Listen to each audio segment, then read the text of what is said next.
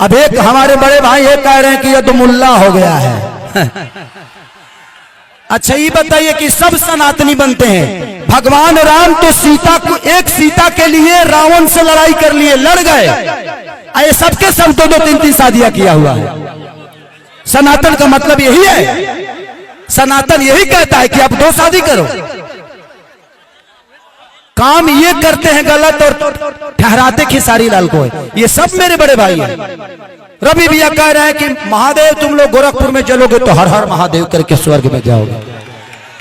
ये बताइए जब मरने के बाद कौन आदमी हर हर महादेव कहता है जी? कोई कहता है?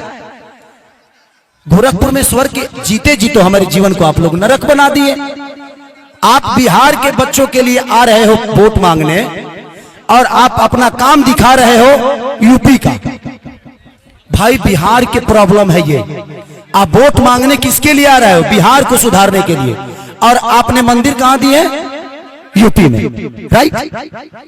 इनसे पूछिएगा कि मंदिर में पढ़ के कितने लोग आईपीएस हो गए हैं? तनी हमको बता दो लो हमारा के।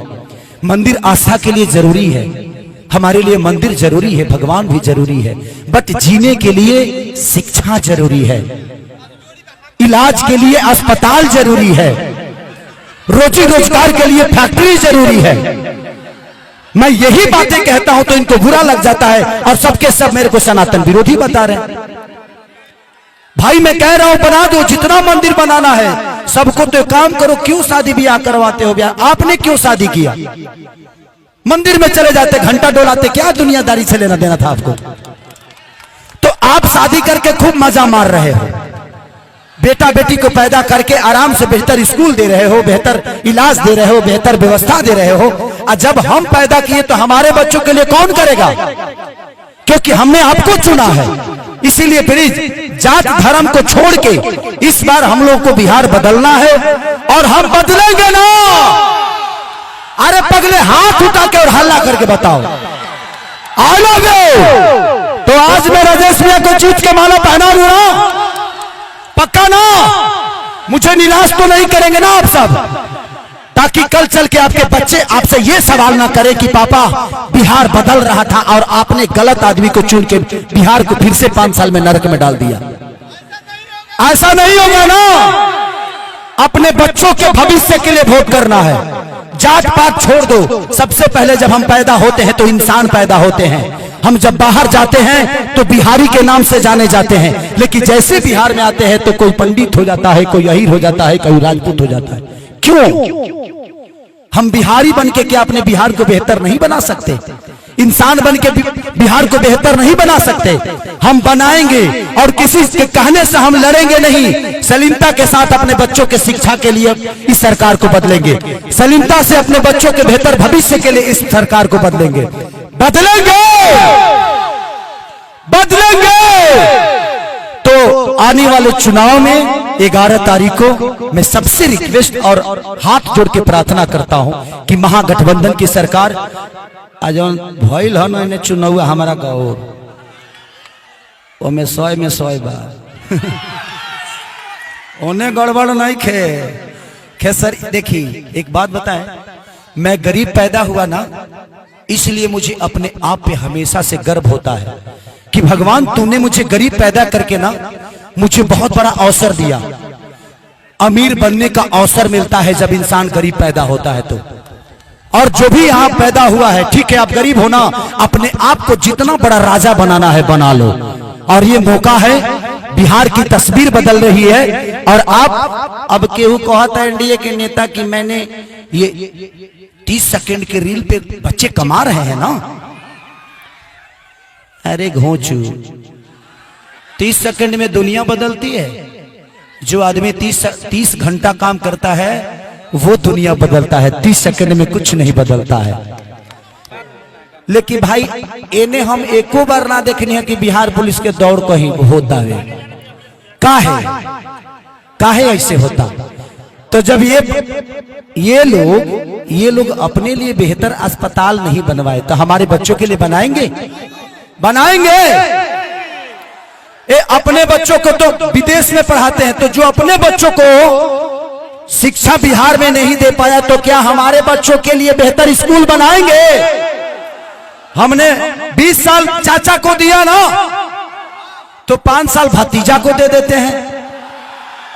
5 साल मैं वादा करता हूं, अगर 5 साल में काम नहीं हुआ तो खेसारी लाल यादव जीवन में कभी चुनाव नहीं लड़ेगा,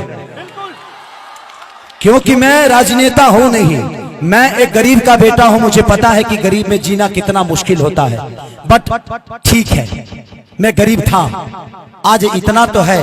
और हमारी सरकार जब आएगी, माननीय राजेश भैया को आप लोग तो जीता ही दिया है। कहा हो मौसी?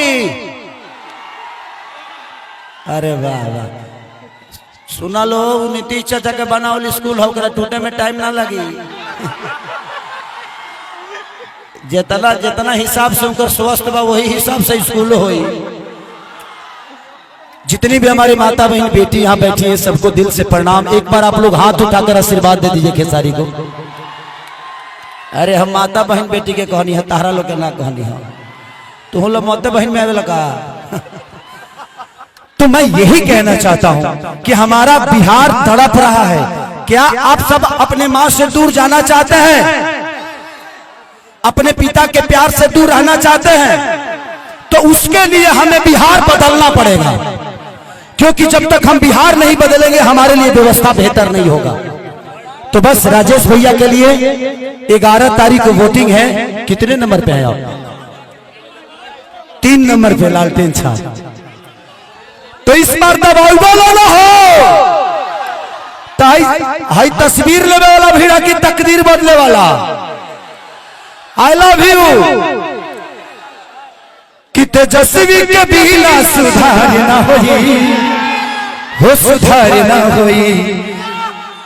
ए भाई लालू बिना चालू ई बिहार ना होई, भाई लालू बिना चालू ई बिहार ना होई। आज लोग कहते होंगे ना कि केसरिया का कार्यक्रम होता है तो ही लाखों के भीड़ होता, लेकिन आज मैं गाने के लिए नहीं, आप सबसे बात करने के लिए आया हूं, क्योंकि एक दर्द है। और इतना तो जरूर जान लीजिए, अपने बिहार के लिए मुझे अनशन पे अन्ना हजारे की तरह बैठना होगा तो खेसारी लाल यादव बैठ जाएगा। और मेरी आवाज सिर्फ विधानसभा में ही नहीं, पूरे वर्ल्ड में जाएगी। खेसारी लाल यादव के बोलते हैं जे गंदा गाना, सनातन, ये वो। मैं सनातन विरोधी नहीं हूं। अभी मैंने फिलहाल ही 6 महीने पहले एक फिल्म मेरी हुई थी रिलीज, राजा राम करके, आप लोगों ने देखा होगा। राम का कैरेक्टर मैं किया था, अभी तक कोई किया नहीं है। और ये मुझे कहते हैं सनातन विरोधी। राम का सबसे बड़ा भक्त मैं हूं। अरे तुम्हारे चिल्लाने से मैं सनातन हो जाऊं? मेरे अंदर भगवान है। हनुमान जी के सीने में जब सीताराम रह सकते हैं तो खेसारी के सीने में क्या राम नहीं रह सकते? उसके लिए मुझे चिल्लाना पड़ेगा, तब तुम मानोगे मैं सनातनी हूं। तो इनके पास एक ही हथियार है। मैं कहा था कि भाई मंदिर के आसपास एक बेहतर स्कूल भी बना दो कि बच्चों को शिक्षा हो जाए, अस्पताल बना दो कि कम से कम लाखों लोगों का इलाज हो।